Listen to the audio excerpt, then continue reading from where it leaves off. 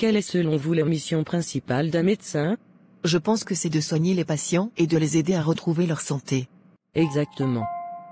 Mais cela va au-delà du simple traitement des maladies, n'est-ce pas? Oui madame, c'est aussi d'être à l'écoute des patients, de les soutenir émotionnellement et de les éduquer sur la prévention des maladies. Absolument. Un médecin doit être un guide pour ses patients, les aidant à prendre des décisions éclairées pour leur bien-être à long terme. Être un médecin implique une grande responsabilité envers la santé et le bien-être des individus. Quelqu'un peut-il ajouter quelque chose? Oui madame, il ne doit jamais perdre de vue l'éthique médicale, en respectant la dignité et la confidentialité des patients. C'est parfait. Nous avons fini pour aujourd'hui. Nous continuerons la semaine prochaine avec le dernier chapitre. Nous devons finir le programme avant votre examen final. Qu'as-tu pensé du cours aujourd'hui? Je l'ai trouvé vraiment intéressant. J'ai appris beaucoup de choses sur les nouvelles techniques chirurgicales. Oui, c'était fascinant. J'ai particulièrement aimé la fin lorsqu'on parlait des missions d'un médecin dans la société. J'ai également beaucoup apprécié cette discussion. Sinon, es-tu déjà prête pour l'examen final? Pas tout à fait. J'ai encore quelques chapitres à réviser et quelques concepts à consolider. Je te comprends. Il y a tellement de matière à couvrir. Exactement. Et toi, tu te sens prêt? Je pense être sur la bonne voie. J'ai révisé la plupart des sujets, mais je vais probablement passer encore quelques heures dessus. C'est bien d'avoir un plan. Tu veux qu'on révise ensemble? Ça serait génial. Deux têtes valent mieux qu'une, comme on dit. Exactement. On peut se fixer un horaire et se concentrer sur les domaines où on se sent moins confiant. Bonne idée. On peut commencer ce soir. Ça te va?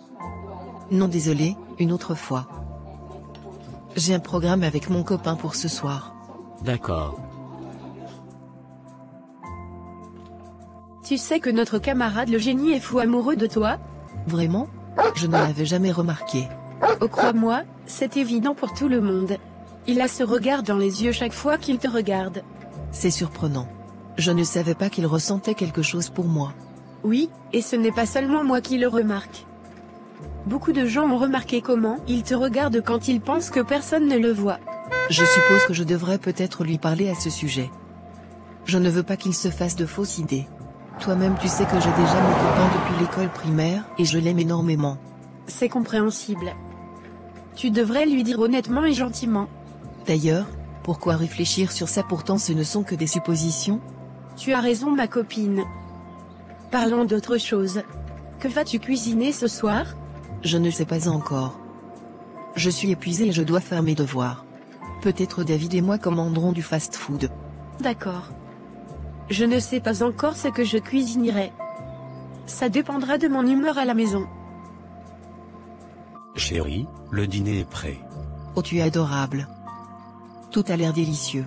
J'ai pensé te faire plaisir ce soir. Tu étudies tellement dur pour ton examen final. Tu mérites une petite attention.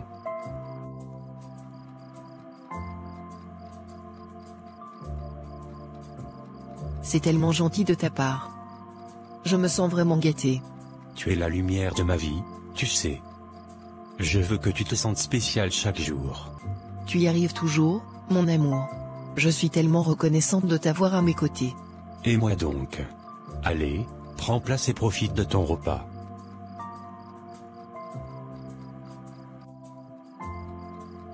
Tu ne m'as même pas dit comment ta journée s'est passée. C'était une journée difficile au travail, et en plus, l'argent est toujours aussi serré. Je ne sais pas comment on va faire pour joindre les deux bouts ce mois-ci. Désolé mon chéri. Je finirai bientôt avec ma formation. Nous aurons 2 salaires et je t'apporterai mon soutien pour gérer les factures de la maison. Merci de t'en sorcier. Pour le moment, concentre-toi sur ton examen. Je vais continuer de me battre. Peut-être que si mes parents m'avaient envoyé à l'école, j'aurais pu trouver un bon travail bien payé. Je comprends que tu puisses ressentir ça, mais tu sais, le diplôme ne garantit pas toujours un emploi stable. Tu as raison. Je vais continuer à chercher des opportunités et à travailler dur pour nous. Merci d'être là pour moi, même dans les moments difficiles.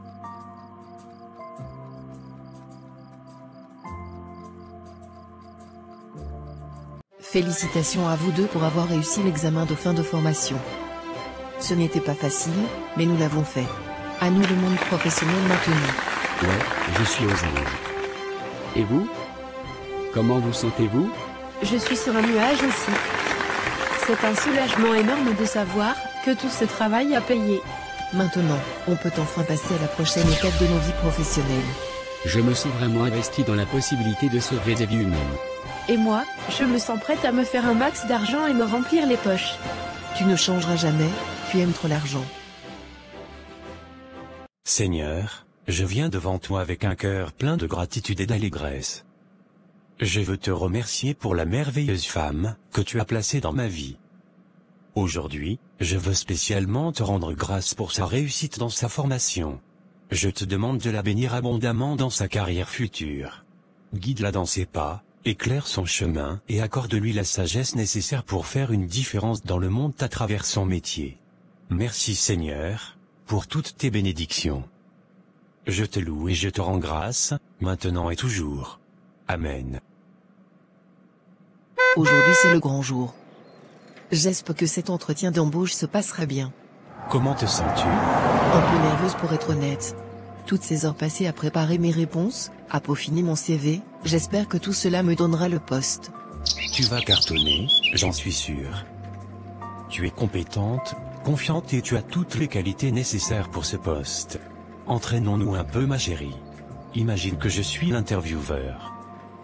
Pourquoi veux-tu ce poste? J'ai toujours été passionnée par la médecine depuis mon jeune enfance. Étant l'aîné d'une famille de 4 enfants, j'aimais déjà faire les pansements de mes petits frères lorsqu'ils se blessaient. Après mon baccalauréat, je me suis décidé de poursuivre mes études dans la plus grande université du pays, pour faire de ma passion en réalité. Bravo ma chérie, te faudra maintenant juste parler avec assurance et faire l'effort de ne pas trop stresser. Merci mon chéri. Nous y sommes presque. Serre-moi dans tes bras s'il te plaît.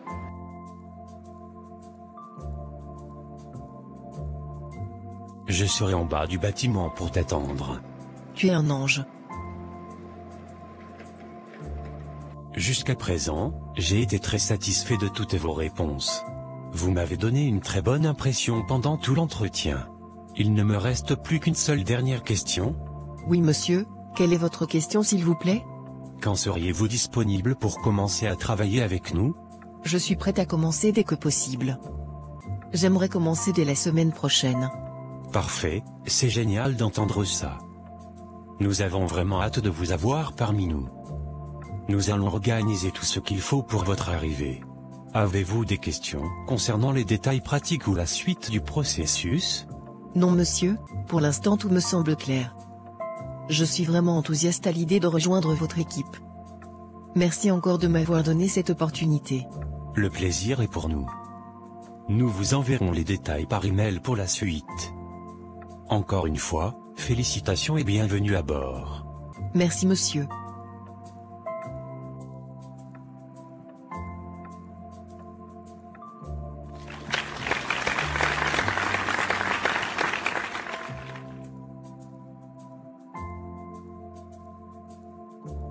Merci pour tout mon chéri.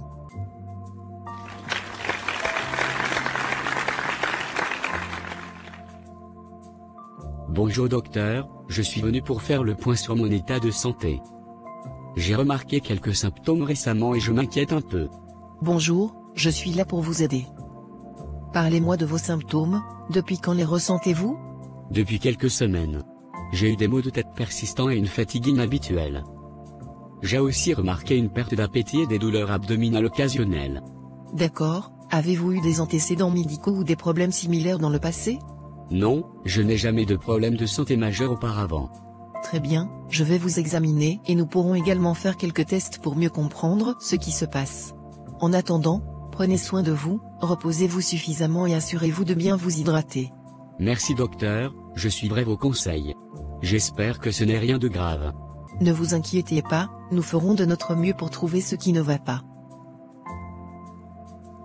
Le travail de ma femme, qui autrefois nous semblait être une simple routine, a commencé à grignoter de plus en plus le temps que nous passions ensemble.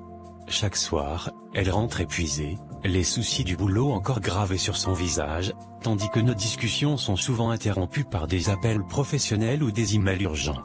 Je ne peux m'empêcher de ressentir une pointe d'amertume en voyant ma femme assumer la responsabilité financière de notre foyer.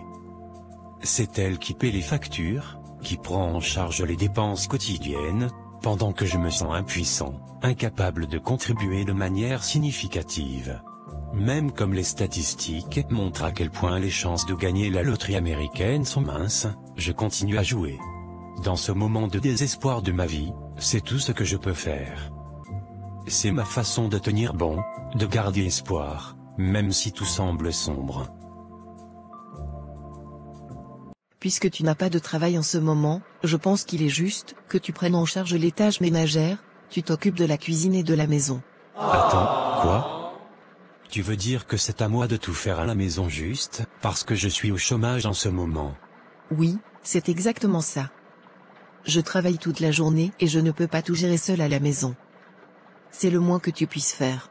Tu sais, j'ai toujours eu à le faire de temps en temps pour te donner un coup de main.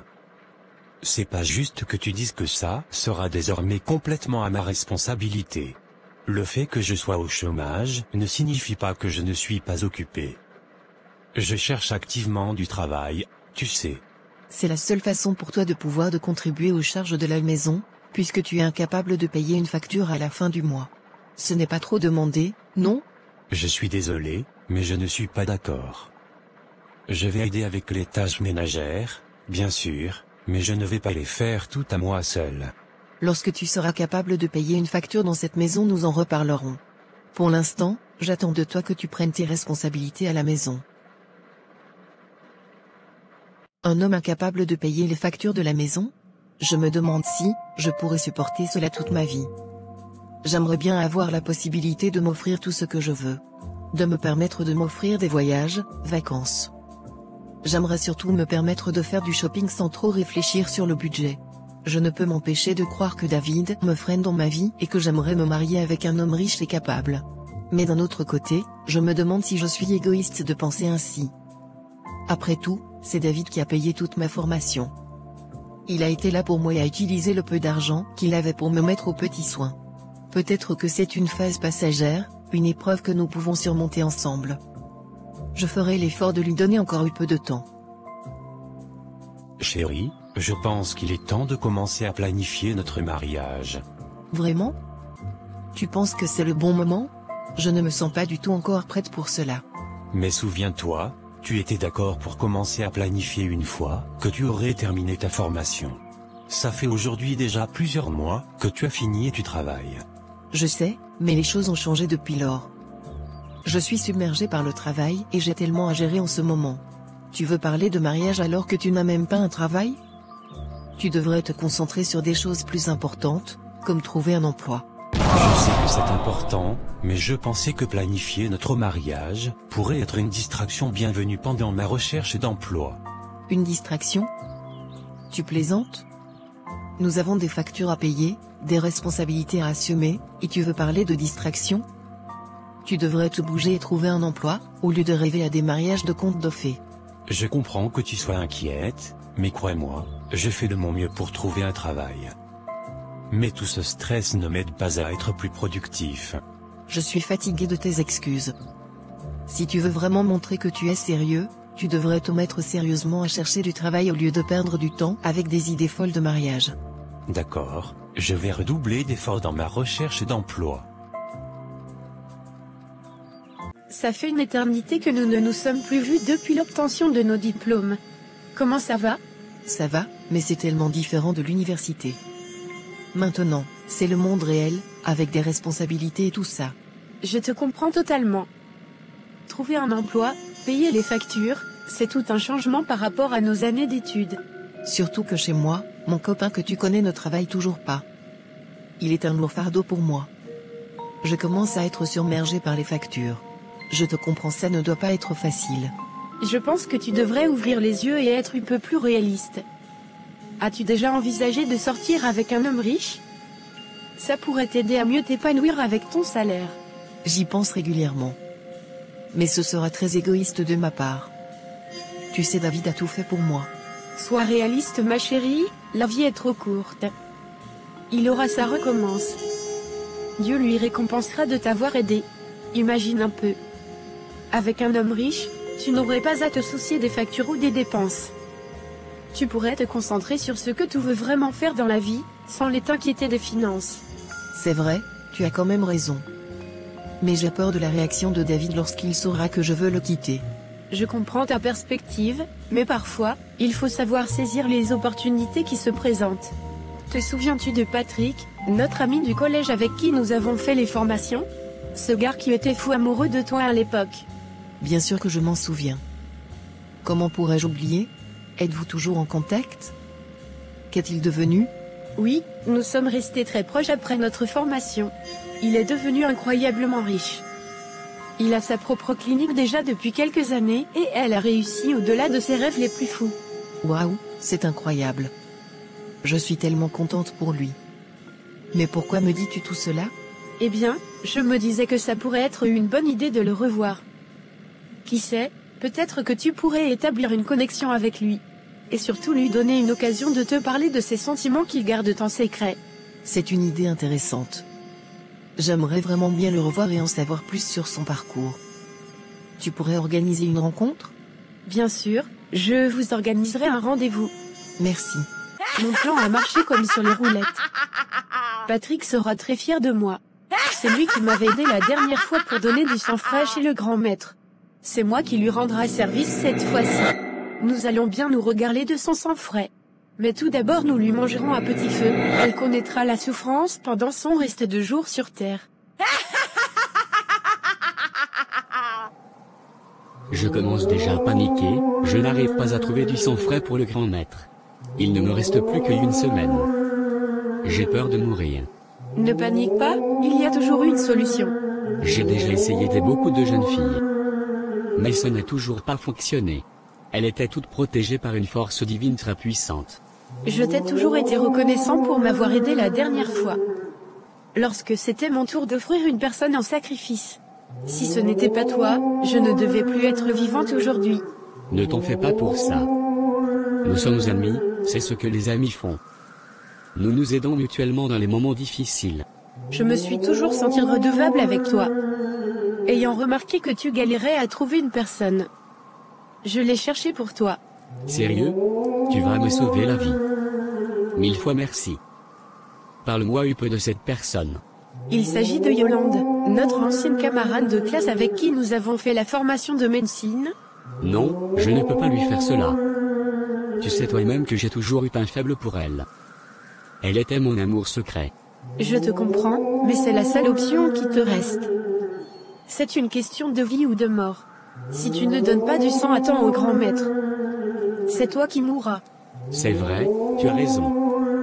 Dommage que ce soit ainsi. Nous nous verrons sûrement dans un autre monde. Comment vais-je procéder? J'ai déjà tout planifié. Je vous organiserai un dîner romantique la semaine prochaine. Tu t'arrangeras à mettre la poudre magique du grand maître dans sa nourriture ou son verre. Lorsqu'elle aura consommé, elle deviendra inconsciente et tu pourras faire tes incantations. Va où? Je ne sais comment te remercier. Merci beaucoup. Je suis déjà impatient. J'ai très peur pour moi. Ne t'inquiète pas, ça va bien se passer. Merci d'avoir accepté ce rendez-vous. Je t'en prie. J'étais aussi contente de savoir que je devais te revoir. Depuis notre remise de diplôme, je n'ai plus eu de tes nouvelles. Moi aussi, tu avais complètement disparu de la circulation. Sûrement parce que tu étais très occupé à prendre soin de ton chéri à l'époque. Non, c'est pas vrai du tout. C'est Joël et toi qui vous êtes éloignés de moi. Vous avez trouvé que je n'étais pas sûrement assez bien pour vous. Ne dis pas ça, tu as toujours été spécial pour moi. Depuis que je t'ai rencontré, il y a quelque chose en toi qui m'a toujours attiré. J'avais réalisé pendant notre formation que j'étais tombé amoureux de toi. Vraiment? Je ne sais pas quoi dire. Je sais que cela peut être surprenant, mais je ne pouvais plus cacher mes sentiments. Chaque fois que je te voyais, mon cœur battait plus fort pour toi. Je ne pouvais pas le savoir si tu ne me disais pas. Je ne suis pas magicien pour savoir ce que tu penses dans ton cœur. C'est vrai. J'étais un timide et pas assez courageux à l'époque. Je croyais que ça devait passer avec le temps. Mais, aujourd'hui lorsque mes yeux se sont posés sur toi, j'ai directement compris que je ne pouvais pas continuer à étouffer mes sentiments vers toi. C'est très flatteur de ta part, merci pour toute cette considération. Tu aurais dû m'en parler à l'époque pour que je sache au moins. Désolé d'interrompre notre conversation. Je fais un tour aux toilettes et je reviens s'il te plaît. D'accord, vaille.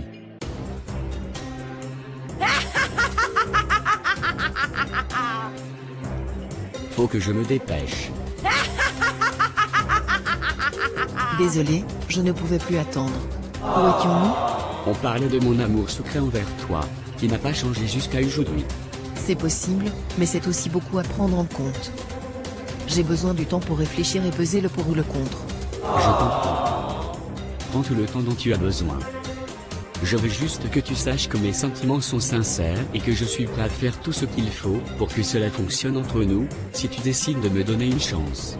D'accord, c'est compris. Je me sens tellement faible. Je ne sais pas ce qui m'arrive. Je peux maintenant commencer mon travail. Je me rassure qu'elle soit inconsciente.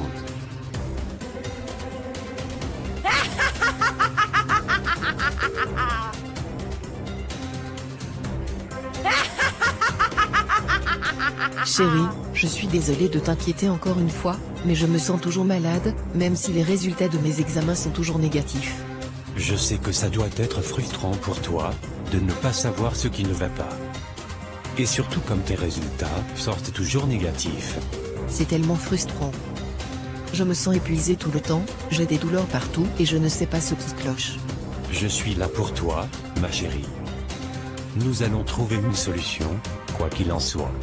Nous devons envisager l'option de consulter un autre médecin pour obtenir un autre avis. Qu'en penses-tu? Tout ce que je veux, c'est me sentir mieux, tu sais? Je comprends, ma chérie.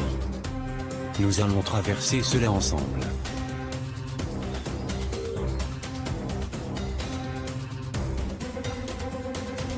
C'est comme si le sol se dérobait sous mes pieds, et je suis prise dans une spirale descendante sans fin. Mon état de santé ne fait qu'empirer, malgré tous les tests et les consultations médicales. Chaque jour apporte son lot de douleurs et de fatigue, et je me sens de plus en plus impuissante face à cette situation. Perdre mon emploi a été un coup dur, mais maintenant, même mes amis semblent s'éloigner. Parfois je ne peux pas m'empêcher de penser que David, lui aussi me laissera tomber. J'ai été très effaste avec lui.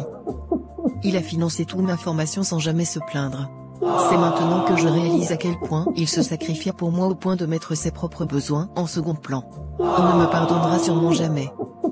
J'aurais dû être plus présente pour lui et l'aider à devenir un grand homme après avoir commencé de travailler. Je suis terrifiée par l'avenir, parce que demain pourrait apporter si David lui aussi me laisse. Comment vais-je subvenir à mes besoins sans emploi? Comment vais-je faire face à mes problèmes de santé sans son soutien? Ces questions tourbillonnent dans ma tête, me laissant sans réponse et sans espoir. Je réalise que je ne peux plus lutter seul dans la prière pour que ma femme guérisse. Les plus grands médecins n'ont pas pu trouver de solution à son problème. Mais, je reste convaincu que le Seigneur a une solution pour elle. Dans Matthieu 18 verset 20, il est écrit, « Car, là où 2 ou 3 sont assemblés en mon nom, je suis au milieu d'eux. » Il est temps que ma chérie et moi unissions nos forces dans la prière. En priant ensemble, nous renforcerons notre lien, nous partagerons nos fardeaux, et nous trouverons du réconfort dans la présence de l'autre. Nous serons plus forts ensemble, plus résilients face aux défis qui se dressent sur notre chemin.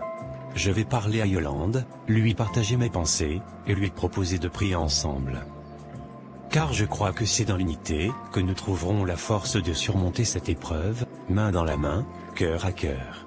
Chérie, mettons-nous à la présence du Seigneur. D'accord mon chéri. Seigneur Tout-Puissant, nous nous tournons vers toi dans notre besoin, dans notre lutte contre les forces obscures qui nous assaillent. Nous te demandons de nous protéger, de nous entourer de ta lumière divine alors que nous affrontons ces temps sombres. Amen.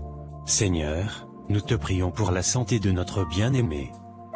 Elle lutte depuis si longtemps contre cette maladie mystérieuse, et malgré tous nos efforts, les médecins ne trouvent rien. Nous te supplions de guider leurs mains, d'illuminer leurs esprits, pour qu'ils puissent trouver la source de son mal et la guérir. Amen. Seigneur, nous rejetons toute influence maléfique qui se cache derrière cette maladie. Au nom de Jésus-Christ, nous brisons toute chaîne, tout lien avec les forces des ténébreux qui cherchent à nous nuire. Nous revendiquons la victoire et la guérison, sachant que tu es avec nous Seigneur, et que rien n'est impossible pour toi. Amen.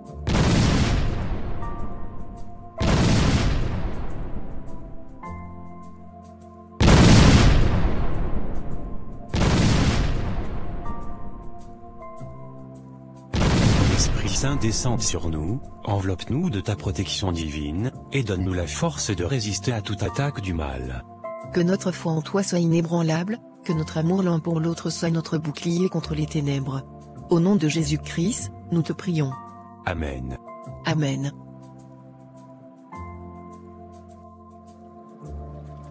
Chérie, je suis tellement soulagé que tu sois enfin guéri de cette épreuve avec les forces maléfiques. C'était une période difficile. Je te suis tellement reconnaissante de ne m'avoir pas abandonné et de m'avoir montré le chemin de Dieu. Tu sais que je serai toujours là pour toi, peu importe ce qui se passe. Je suis tellement fier de ta force et de ta résilience. Maintenant que tout est derrière nous, je suis impatient de construire un avenir encore plus radieux avec toi. Moi aussi mon amour. Rien ne pourra jamais nous séparer, pas même les forces obscures qui ont tenté de nous détruire. Grâce à la prière, nous serons toujours plus forts. Et sortirons toujours vainqueurs.